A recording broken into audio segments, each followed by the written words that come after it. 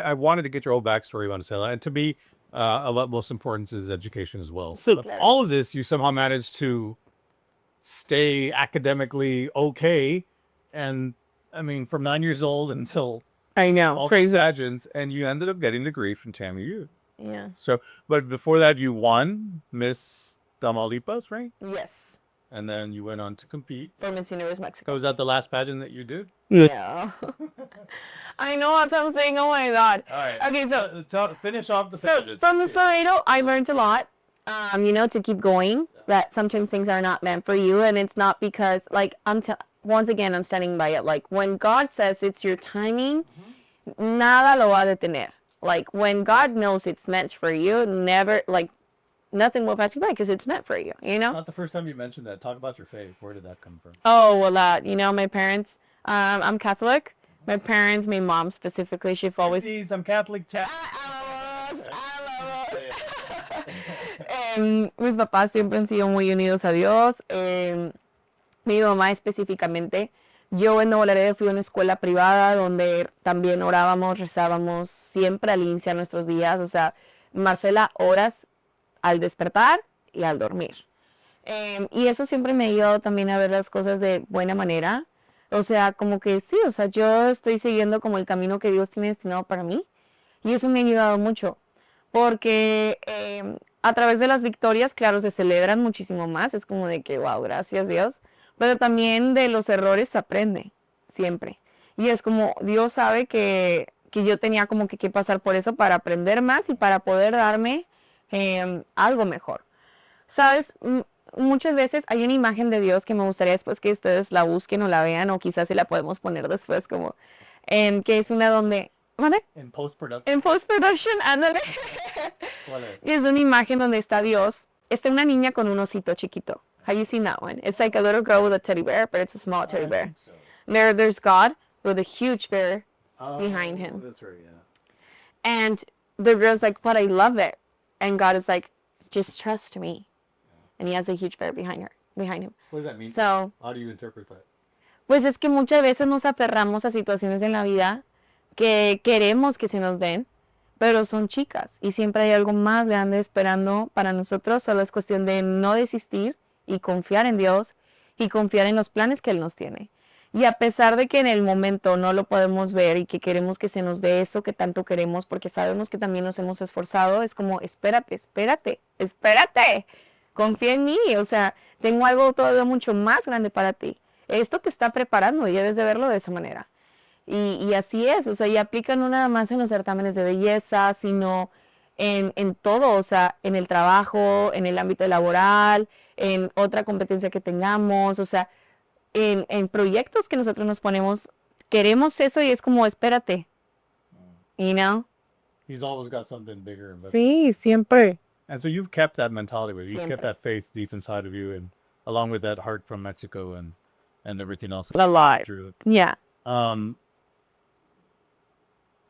going to go back real quick because the pageants seem to never end with you. I know. That's why I've been like, oh my God. Telemundo, but what was the most difficult thing from your childhood to about now, I guess? The most difficult moment that you just... I mean, I obviously have a strong faith, right? Uh-huh. There had to have been one moment where you look back and like, wow, that was tough. Do you remember a moment like that? I'm trying to think. Probably middle school. What? People say here, since we're a border town, there's no bullying and all of that stuff. But back then, they would judge my accents a lot. You know, because I mean, once again, even though I was here in the U.S., I lived in Mexico. The English, in a way, now I embrace it. Like if I have an accent or people say I have an, I embrace it. And I embrace I'm Latina all the time. And I put out there, like, you know, there's Latinos that are... They're very hardworking. We're always trying to build ourselves, you know, a better life and all that stuff, trying to find where we can grow, where we can shine. But back then, they would, like in middle school, yeah, they would tell me como la mexifresa, or ajá, o como que la mexicana. Oh, the Mexicans? You mean the Mexicans? You know, and that was something that would make me como... So it was hard for me. There was one time when I was like in Kruger Field. You know where the Kruger Field is? Yeah. Sí. and there was one girl who grabbed rocks. You know the little rocks from the... And she threw them into my mouth. Let's see. And I've always had that... Ay, me da sentimiento.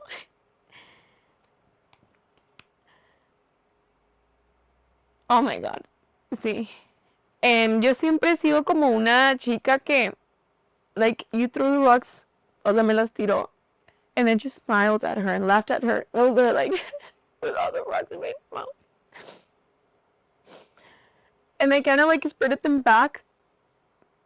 And I never told my parents this, or any counselor, or any director, porque yo no quería problemas. Me daban miedo los problemas. You know, I was scared. Like, what am I gonna do? Like, tell my parents they're gonna think I'm not safe at school. They're gonna think like they're bullying me, la la la la la la. When I thought maybe it's not that big of a deal, you know. Or I didn't even want to make it bigger because I didn't want them to keep on being mean at me or that stuff. Pero sí fue difícil para mí como esa parte de que como la mexicana, la mexifresa. I know it was not only me, and that's the thing. Like, it's so crazy because there's so many Latinos, there's so many Mexicanos. Like, we're border town. What do you mean? Like, your last name is González. Like, you cannot be telling me. O sea, como es. Todos tenemos apellidos latinos a la vez. What was her motive? Like, why would she have done that? Like, what prompted her throwing rocks into your mouth? I don't know. I guess it's just. Did she say anything before she did that, or she just? No, she just did it out of nowhere. I was talking, and the thing is, how it got to me is because I was talking to my best friend. We were at Krugerfield. We were sitting down. It was during PE class. We were both sitting down, and I was talking to my best friend. We were laughing her. She just came out of nowhere and did that to me. Did you know her? I knew her, but we were not close, you know? Like, you know everybody when you're in middle school, like your grade. Yeah, that was... You were bullied a lot, you would say, or? Not a lot, but there was every now and then that people would make comments, como like, oh, your accent. Oh, the Mexicans. Oh, de que the Mexican group, como que así. That was tough on me. But I would always, and that's the thing, because I remember little me in middle school, like that time when the girl did that, I smiled and I laughed. And I was like, ha, I took it as a joke. But then I went home and cried, you know? Well, it wounded you deeply because obviously still sí, those emotions come sí. forward so when you think about it. But Sí, porque recuerdo una niña que